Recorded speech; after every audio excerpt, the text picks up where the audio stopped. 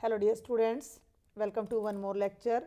बेटा जी, हम सॉल्व कर रहे हैं प्रैक्टिस पेपर नंबर 2 और आज उसका सेक्शन नंबर डी मैं आपको कराऊंगी, जिसमें 5-5 नंबर के 4 क्वेश्चन आएंगे। बेसिकली मुझे 6 क्वेश्चंस आपको सॉल्व करवाने हैं, क्योंकि 2 क्वेश्चंस में आपको इंटरनल चॉइस मिलने वाली है।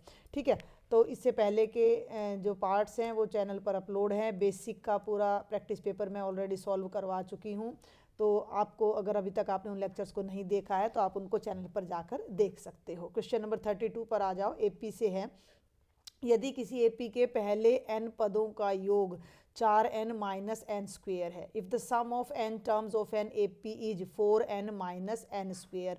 क्या कहता है ये कि n टर्म्स का जोड़ Sn होता है, जो कि 4n माइनस एन स्क्वेयर है।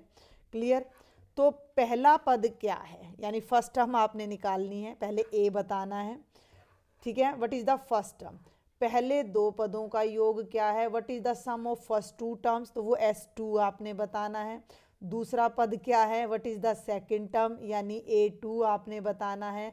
सिमिलरली तीसरा, 10वां और nवां पद, थर्ड, 10th और nth टर्म। बेहद आसान क्वेश्चन है।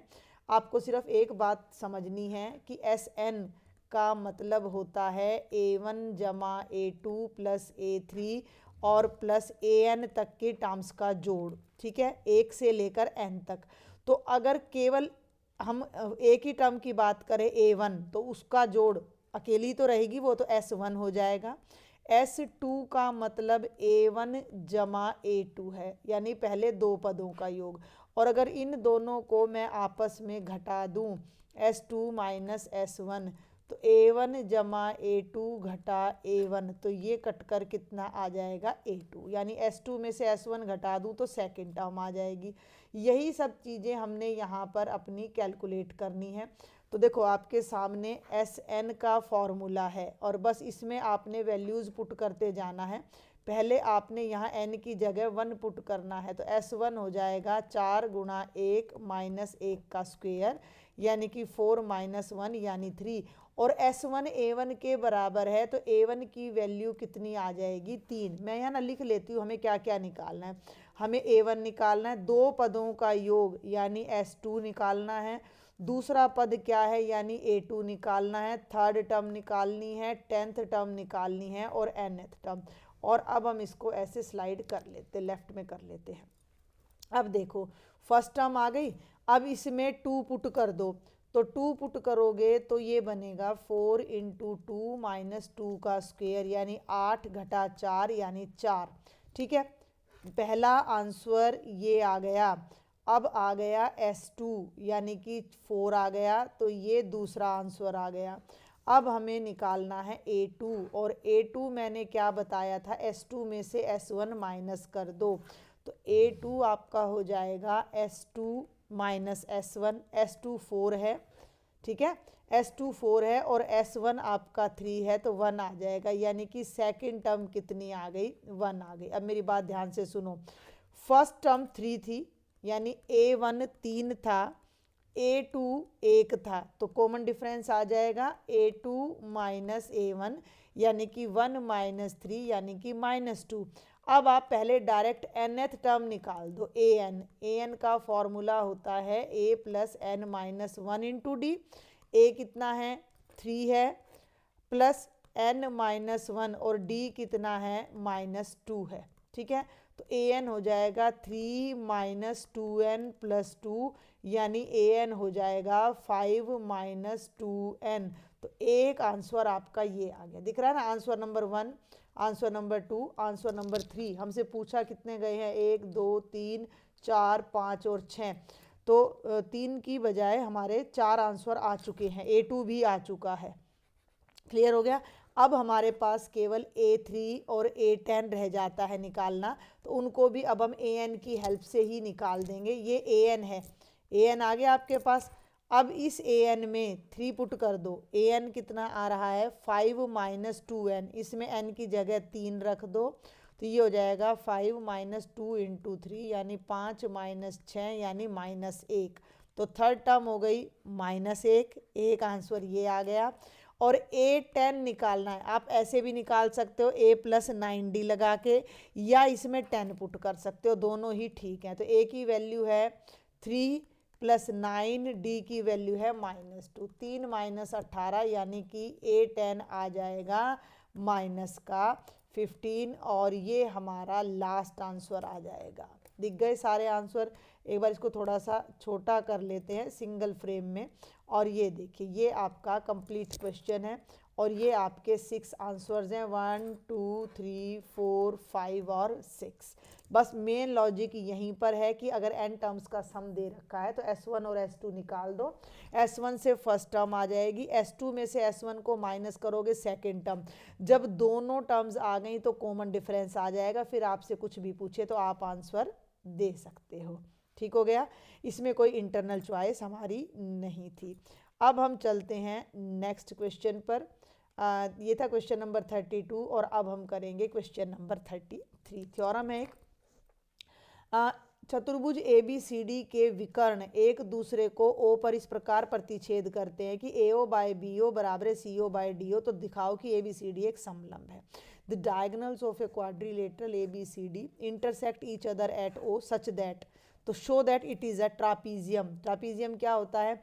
जिसकी दो साइड्स पैरेलल होती हैं और दो अनपैरेलल होती हैं। ठीक है, तो कोई भी क्वाड्रिलेटरल है, सुन लो मेरी बात ध्यान से, कोई भी कैसा भी आपका क्वाड्रिलेटरल है, हमें इसको ना थोड़ा सा अलग तरीके से मैं इसको लेना चाह रही हूँ कि ये आपको वो ना दिखे, मतलब आपको ट्रापीजियम या उसकी फीलिंग नहीं आनी चाहिए। तो ये इस तरीके से मैंने एक क्वाड्रिलेटरल ले लिया जिसका नाम है ABC और D, और इसके दो विकर्ण हैं AC और BD। ये सब बातें आप लिख लेना, दिया है वगैरह में, और ये O पर बाइसेक्ट नहीं, कट कर रहे हैं एक दूसरे को। तो आप सबसे पहले आप लिखोगे ABCD एक चतुर्भुज है जिसके विकर्ण O पर काटते हैं, और AO बटे BO बराबर है CO बटे DO के, यानी AO बटे BO का रेशो CO बटे DO के बराबर है। और अब हमें सिद्ध क्या करना है, what we have to prove कि ABCD इज ए ट्रापीजियम, यानी कि ABCD क्या है, एक समलंब है। समलंब का मतलब या तो ये वाली भुजा इसके समानांतर है या फिर ये वाली भुजा इसके। क्लियर हो रहा है? ट्रापीजियम में एक पेयर पैरेलल होता है, समलंब में और एक पैरेलल नहीं होता है। तो चलें अब यहाँ से अपना ये प्रूफ देखते हैं, बहुत ही आसान है। आप एक रचना करोगे, आप एक कंस्ट्रक्शन करोगे। इंग्लिश मीडियम वाले बच्चे सुन ले, ये गिवन है AO by BO is equal to CO by DO चतुर्भुज ABCD में। To prove ABCD is a trapezium, construction क्या करोगे कि O से एक लाइन खींचनी है जो कि आपकी AB के पैरेलल है, जो AD को E पर काटती है। OE समानांतर AB खींचो, OE समानांतर AB, मतलब ये वाली और ये वाली साइड पैरेलल है, हमने इनको पैरेलल ले लेना है। OE समानांतर AB खींचो, draw OE parallel to AB। प्रमाण, अब आपकी एक बेसिक प्रोपोर्शनैलिटी थ्योरम आती है, थेल्स थ्योरम आती है, हमारे पहले पेपर में वो थी भी, कि किसी ट्राइंगल की एक साइड के पैरेलल अगर कोई लाइन खींची जाए तो वो अदर टू साइड्स को सेम रेशो में डिवाइड करती थी। याद है आपको? फर्स्ट प्रैक्टिस पेपर में मैंने इसको कराया भी, और बेसिक वाले में भी शायद ये आया है कि AD by DB is equal to AE by EC। ये हमारी थ्योरम है। तो अब इस थ्योरम को हम यहाँ पर आधारभूत आनुपातिकता प्रमेय या थेल्स थ्योरम कहते हैं हिंदी में, और बेसिक प्रोपोर्शनैलिटी थ्योरम कहते हैं इंग्लिश में। अब आप एक बार ये देखेंगे, मैं ये जो येलो वाला ट्राइंगल बना रही हूँ, तो इस ट्राइंगल का नाम है ABD। इस ट्राइंगल में जो AB साइड है वो OE के पैरेलल है। ठीक है, AB is parallel to OE, क्योंकि हमने ऐसी कंस्ट्रक्शन की है।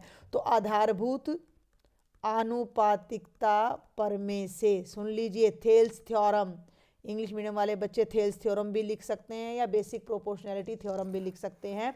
क्या होगा कि DE by EA is equal to DO by OB is equal to DO by OB। Clear हो गया। बस हमने केवल लेफ्ट वाला ट्राइंगल लिया, ये वाली साइड अगर इसके पैरेलल है तो इनका जो रेशियो है, अनुपात है, वो क्या आ जाएगा, इक्वल आ जाएगा DO/OB। लेकिन अब एक बात देखो, यहाँ आ जाओ, यहीं से अगर हम देखें कि AO/BO CO/DO के इक्वल है, BO को तो यहाँ ले जाओ और CO को नीचे ले आओ, तो ये क्या बन जाएगा, ये बन जाएगा AO/CO। सुन रहे हो कि हम BO को ऊपर ले जा रहे हैं, तो BO ऊपर चला गया और यहाँ DO रह गया। ठीक है ना, आपको समझ आया मैंने क्या किया है कि हम CO को तो नीचे ले आए, क्रॉस मल्टीप्लाई कर दिया, और हम BO को ऊपर ले गए। क्लियर हो गया, BO/DO। इसको उल्टा कर दो, इसको उल्टा कर दो, तो CO/AO is equal to DO/BO आ गया। क्लियर है, CO/AO DO/BO उल्टा कर दिया भाई। A/B अगर C/D के इक्वल है तो B/A D/C के इक्वल होगा कि नहीं होगा। सिंपल सा लॉजिक है, कोई ज़्यादा मुश्किल नहीं है इसके अंदर। अब ये रिजल्ट नंबर 1 है और ये रिजल्ट नंबर 2 है। यहाँ देखो DE/EA DO/OB के इक्वल है और DO/OB CO/AO के इक्वल है। इसका मतलब ये दोनों भी आपस में क्या है, इक्वल है। तो 1 और 2 से हमारे पास क्या आ जाएगा, दोनों के दोनों रिजल्ट भाई DO/OB के इक्वल है, तो मेरा आ गया DE/EA is equal to CO/AO। बहुत ध्यान से देखना। अब इसी डायग्राम को मैं एक बार फिर से सफाई से बनाती हूँ आपके लिए दोबारा से, क्योंकि यहाँ थोड़ा इरेज करना मुश्किल हो जाएगा। इसको पैरेललोग्राम ना लें, ऐसे ले लें, A B C और D। ठीक है, ये पॉइंट है O। हमने यहाँ से एक लाइन खींची थी इसके पैरेलल OE। ये जो रिजल्ट आ रहा है वाइट कलर में, रिजल्ट नंबर 3, ये क्या कह रहा है कि DE/EA is equal to CO/AO। यानी कि जो ये वाला ट्राइंगल है जो मैंने अभी रेड कलर में लिया है, उसमें ये कोई लाइन है और ये रेशियो बराबर आ रहा है। तो आधारभूत आनुपातिकता प्रमेय का जो विलोम है, the converse of basic proportionality theorem क्या कहती है कि अगर किसी ट्राइंगल में कोई लाइन ऐसे ही खींच दी गई है और ये रेशियो इक्वल है, तो ये लाइन थर्ड साइड के क्या होती है, पैरेलल होती है। क्लियर है, तो by the converse of basic proportionality theorem, आधारभूत आनुपातिकता प्रमेय के विलोम से, समझ में आ रही है मेरी बात। कौन सा त्रिभुज लिया है हमने, ट्राइंगल ADC। भाई ट्राइंगल ADC में DE/EA और CO/OA बराबर आ रहा है। इसका मतलब जो OE है वो CD के क्या हो गई, पैरेलल हो गई। इसका मतलब OE is parallel to CD। अब मेरी बात ध्यान से सुनना, यहाँ पर हमने कंस्ट्रक्शन की थी कि OE AB के पैरेलल है और यहाँ आ गया OE CD के पैरेलल है। इसका मतलब क्या है कि AB और CD भी पैरेलल है। ठीक है, इस बात को यहाँ हम पहले लिखेंगे कि लेकिन OE तो हमने AB के पैरेलल खींचा था और वो CD के भी पैरेलल आ गया। इसका मतलब AB और CD दोनों क्या हो गए, पैरेलल हो गए, और AB और CD दोनों पैरेलल हो गए। तो ये जो हमारा जो चतुर्भुज है वो एक क्या बन जाएगा, ट्रापीजियम बन जाएगा, समलंब बन जाएगा। इसका मतलब क्या हो गया कि ABCD एक समलंब है, एक ट्रापीजियम है, क्योंकि उसका 1 पेयर ऑफ अपोजिट साइड्स क्या आ जाता है, पैरेलल आ जाता है। लॉजिक समझ में आया या मुझे दोबारा से इसको रिपीट करना पड़ेगा? बहुत ही आसान सा प्रूफ है, इसमें कुछ भी नई चीज़ नहीं है। अगर मैं जल्दी से एक बार आपको फिर से बताऊं कि भैया ये क्वाड्रिलेटरल है और ये दोनों आपस में यहाँ O पर कट करे, यहाँ से एक लाइन इसके पैरेलल खींची और ये वाला ट्रायंगल मैंने ले लिया। क्लियर है, ये वाला ट्रायंगल मैंने ले लिया, तो हमारे पास क्या आया कि जब ये पैरेलल तो ये रेशो आपस में बराबर होगा, लेकिन ये वाला रेशो और ये वाला रेशो सेम है, तो ये साइड भी इसके पैरेलल आ जाएगी, तो ये साइड पहले इसके पैरेलल थी, अब इसके पैरेलल आ गई, तो ये अपोजिट साइड्स पैरेलल हो गई। इसलिए ये जो फिगर है ये क्या बन जाएगा, एक ट्रापीजियम बन जाएगा, एक समलंब बन जाएगा। एक सिंगल फ्रेम में मैंने ये क्वेश्चन यहाँ पर कर दिया है। अगले क्वेश्चन पर चलते हैं। Question number 34। इसमें आपको दो चॉइस दी गई हैं। ये देखेंगे, एक ठोस बेलन जिसकी ऊंचाई 2.4 सेंटीमीटर और व्यास 1.4 सेंटीमीटर है, उसमें से समान ऊंचाई और समान व्यास का एक शंक्वाकार खोल काट लिया जाता है। शेष ठोस का निकटतम सेंटीमीटर स्क्वायर तक कुल पृष्ठीय क्षेत्रफल ज्ञात कीजिए। From a solid cylinder whose height is 2.4 centimetre and diameter 1.4 centimetre. देख लो, ये एक सिलेंडर है, ये एक सिलेंडर है और ये ठोस है यानी सॉलिड है, यानी पूरा भरा है। क्ले ले लो, घर में आटा ले लेना, आटे का एक ऐसे सिलेंडर बना लेना और उसमें से फिर इतना ही हाइट का और इतने ही डायामीटर का एक हमने जो है कोनिकल शेप को बाहर कर लिया। Conical shape of the same height and same diameter is hollowed out. तो find the total surface area of remaining solid to the nearest centimetre square. बस आपने इमेजिन क्या करना है कि आपके पास किस तरह की फिगर बचेगी।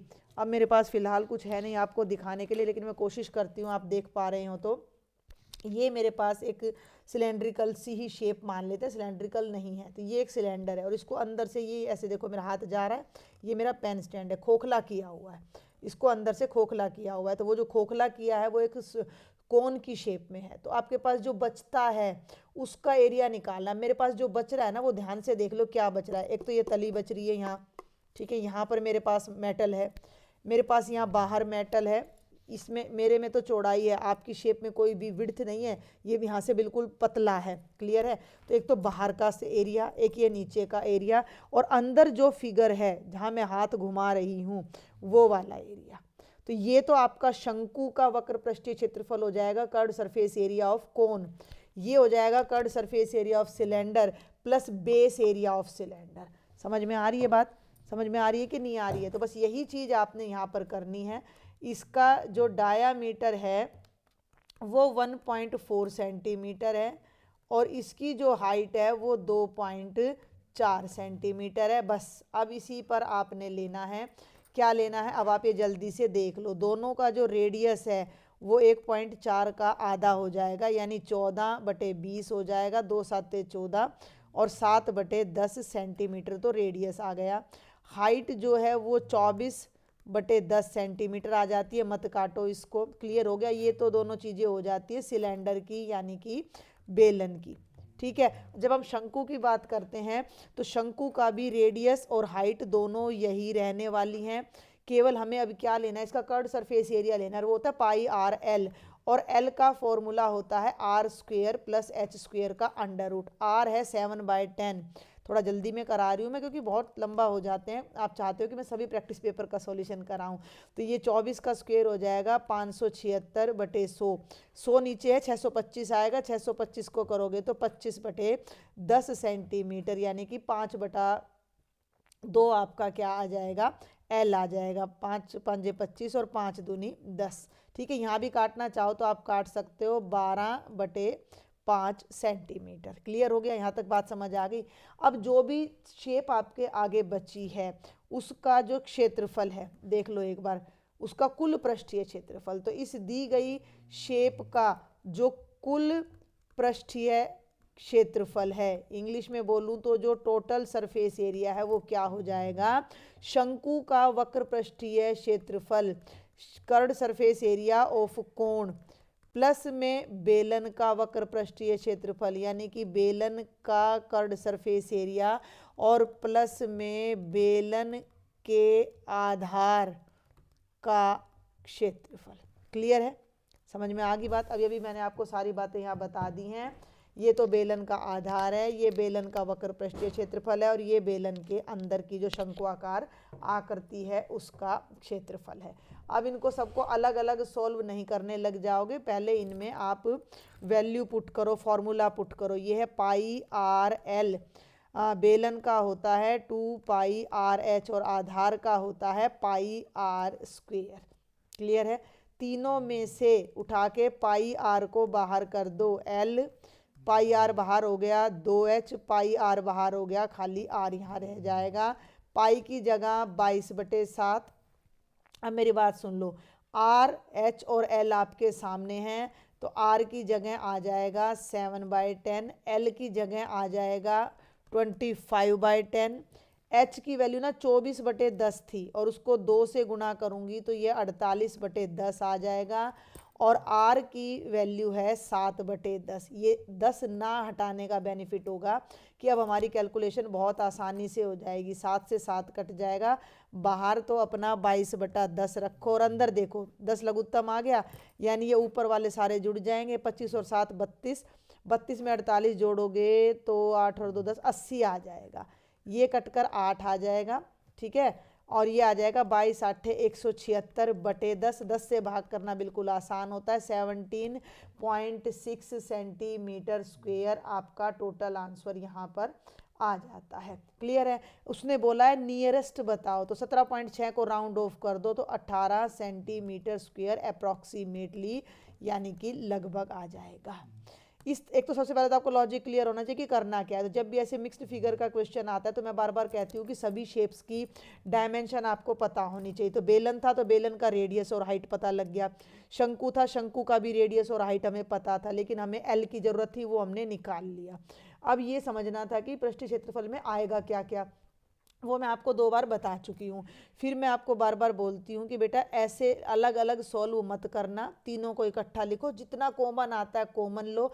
अब देखो मैं अगर 12/5 लेती, 5/2 लेती तो मुझे फिर एलसीएम लेना पड़ता। इससे अच्छा मैंने क्या किया, मैंने तीनों को नीचे 10 वाली वैल्यू ली, मुझे एलसीएम ही नहीं लेना पड़ा और मेरा 2 ही मिनट में सॉल्यूशन यहाँ आ जाता है।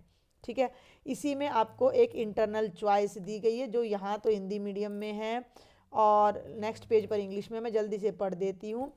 रचेल, ये आपका एनसीईआरटी का ही एग्जाम्पल है। रचेल एक इंजीनियरिंग छात्र को पतली एल्यूमिनियम शीट का उपयोग करके सिलेंडर के आकार का मॉडल बनाने के लिए कहा गया जिसके दोनों सिरों पर 2 शंकु लगे हों। अगर मैं वो फिगर आपको यहाँ बना के दिखाऊं जो रचेल को दी गई है बनाने के लिए, तो रचेल को कहा गया है कि भैया ये तो सिलेंडर है, इसके किनारे पर एक शंकु यहाँ लगा दो और इसके इस किनारे पर एक शंकु यहाँ लगा दो। ठीक हो गया। आगे भी मैं दिखा देती हूँ, एक बार इंग्लिश मीडियम वाले बच्चे भी साथ के साथ देख लें, कहीं कहीं कि मैम ने हमारा रीड नहीं किया। Rachel an engineering student was asked to make a model shaped like a cylinder with 2 cones attached at its 2 ends by using a thin aluminum sheet. The diameter of the model is 3 centimeter and the length is 12 centimeter.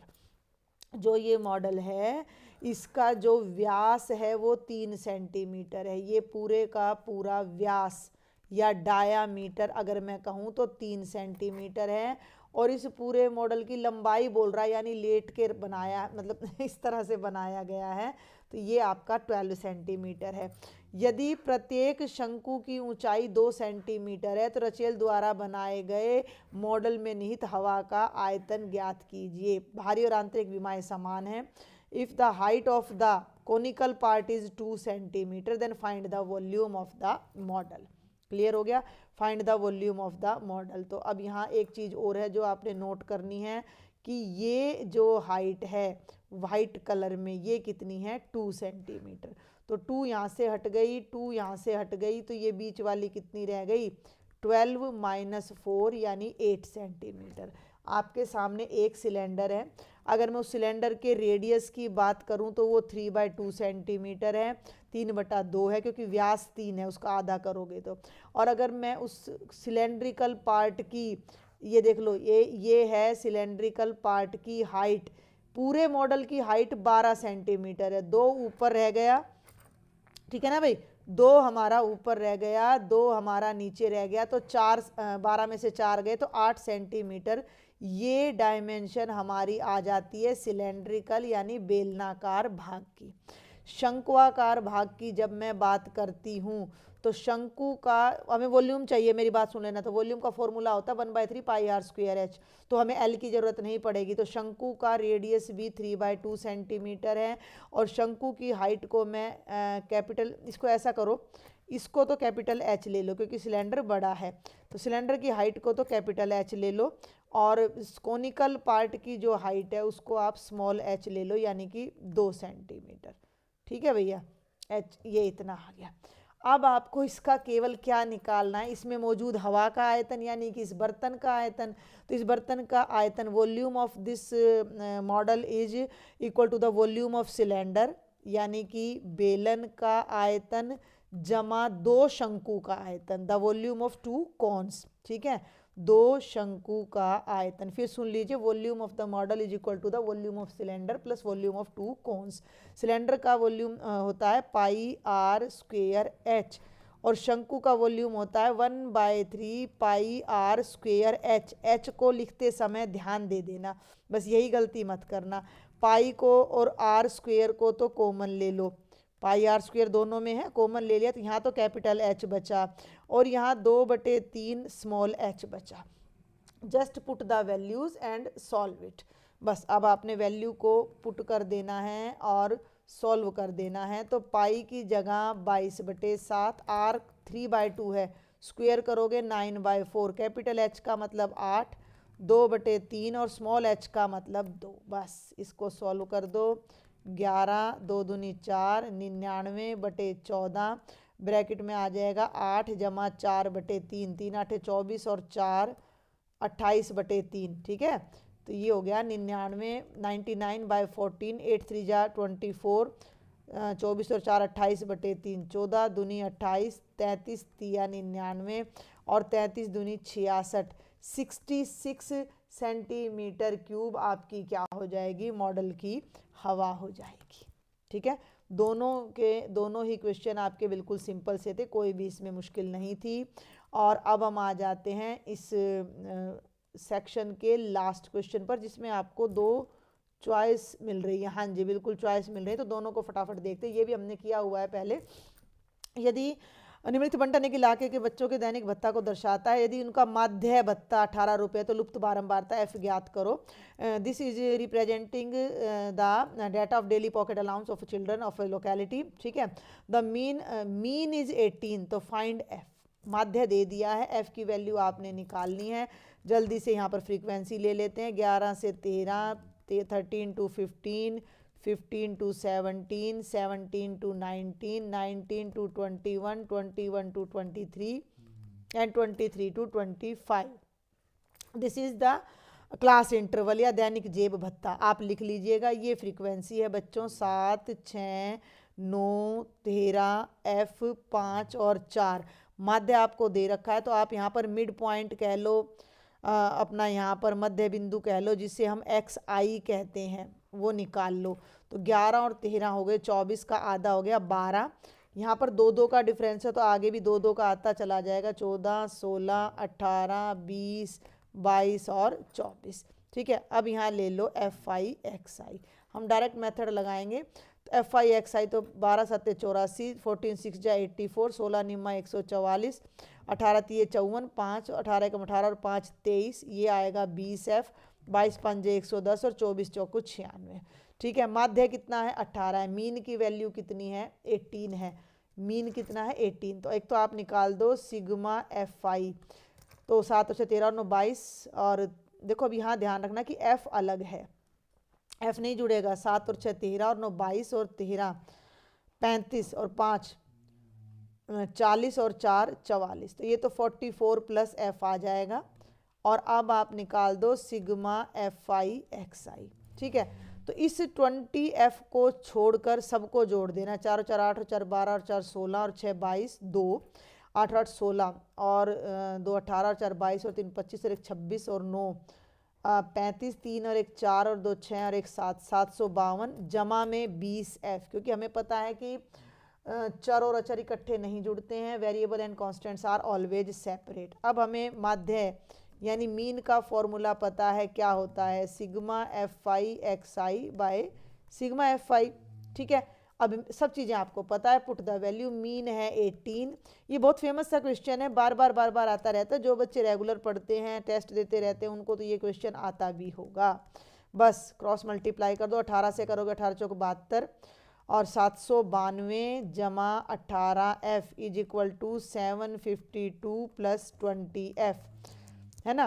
अब इसको तो इधर ले जाओ और इसको इधर ले आओ। 792 में से 752 माइनस करोगे तो 20f माइनस 18f, 0 4 40 बराबर है 20 में से 18 गए 2f, उधर ले जाओ 40 को 2 से डिवाइड करोगे तो f की वैल्यू कितनी आ जाएगी, 20 आ जाएगी। तो ये क्वेश्चन तो मतलब बार बार आता ही रहता है, ज़्यादातर बच्चों को पता होगा। और अब इसी सेक्शन का देखते हैं last question, find the mode. सबसे आसान होता है मोड का क्वेश्चन, दिए गए आंकड़ों का बहुलक या मोड आपने निकालना है। मैं पहले जल्दी से लिख देती हूँ, 5 से 15, 15 to 25, 25 to 35, 35 to 45, 45 to 55 और 55 to 65। ये तो आपका क्लास इंटरवल हो गया। और ये आपकी फ्रीक्वेंसी होगी 6, 6, 11, 21, 23, 14 और 5। देखो मोड का क्वेश्चन सबसे आसान होता है, बिल्कुल वर्बल होता है। बहुलक मोड यानी जो डाटा सबसे ज़्यादा बार आया है, तो सबसे ज़्यादा फ्रीक्वेंसी है 23 की, तो सबसे अधिक बारंबारता, सबसे पहले आप यही लिखोगे, सबसे अधिक बारंबारता, हाईएस्ट फ्रीक्वेंसी। इंग्लिश मीडियम वाले बच्चे भी सुन ले साथ साथ, हाईएस्ट फ्रीक्वेंसी इज 23। तो इसके सामने वाली जो क्लास होगी वो बहुलक वर्ग होगा यानी मॉडल क्लास होगी। तो जो बहुलक वर्ग है यानी जो मॉडल क्लास है वो 35 to 45 है, यानी कि हमारा जो मोड आएगा वो 35 से 45 के बीच में आएगा। क्लियर है। अब आपको सबसे पहले तो अपना फॉर्मूला देखना है। इसमें 3 चीज़ें होती हैं, F0, F1 और F2। तो 0 इसके ऊपर वाला होता है, तो ये फ्रीक्वेंसी F0, ये F1 और F2। तो आप लिख दो F0 21, F1 23, F2 14, L की वैल्यू 35 आ जाएगी। और H यानी कि क्लास इंटरवल डिफरेंस जो है वो कितना आ रहा है, 10 आ रहा है। तो अब हम ले लेंगे यहाँ पर अपना बहुलक यानी कि मोड का फॉर्मूला। तो क्या होता है हमारा मोड का फॉर्मूला, ये तीनों के तीनों फॉर्मूलाज आपको अच्छे से लर्न होने चाहिए। L plus F1 minus F0 by 2F1 minus F0 minus F2 multiplied by H। सारी वैल्यूज़ आपके सामने हैं, ऊपर दिख रही हैं। पुट द वैल्यूज़, L की जगह रख दो भैया 35 जमा F1 माइनस F0, F1 है 23, F0 है 21, 2F1 यानी F1 का दुगना करो तो 23 दूनी 46, F0 21, F2 14 और मल्टीप्लाइड बाय H यानी क्लास का गैप 10। बस इसको सॉल्व कर दो। इससे अगर आप इतना भी कराते हो ना 5 नंबर के क्वेश्चन में, तो आपको 4 मार्क्स तक भी यहाँ पर मिल सकते हैं। तो 23 में से 21 गए 2। अब सुनो, 21 और 14 होते हैं 35 और 46 में से 35 गए तो 11 और गुणा में ये आ गया 10। तो ये हो गया 35 प्लस 20 बाय 11। जिसको एलसीएम अच्छा लगे एलसीएम ले लो, नहीं तो मैं तो 20 को 11 से डायरेक्ट डिवाइड कर देती हूँ। 11 एकम 11, 9, 11 8 88, 11 एकम 11। 35 में 1.81 को ऐड करोगे तो ये 36.81 आपका मोड आ जाएगा, बहुलक आ जाएगा। तो दोनों ही क्वेश्चन आपके बिल्कुल सिंपल थे। 5 मार्क्स के, ये वाला भी आसान था, उससे पहले मॉडल वाला भी आसान था। तो ये था बच्चे complete section number D. Section number ई को नेक्स्ट लेक्चर में कवर करेंगे। तब तक आप इन वीडियोस को देखिए। प्रीवियस ईयर के चैप्टर वाइज MCQ मेरे चैनल पर ऑलरेडी अपलोड है। मैं भूल जाती हूँ स्टार्टिंग और बीच में आपको बताना, तो उनकी हेल्प से भी आप अपनी प्रिपरेशन कर सकते हैं। लेक्चर पसंद आए तो शेयर करें, सब्सक्राइब करें। Thank you.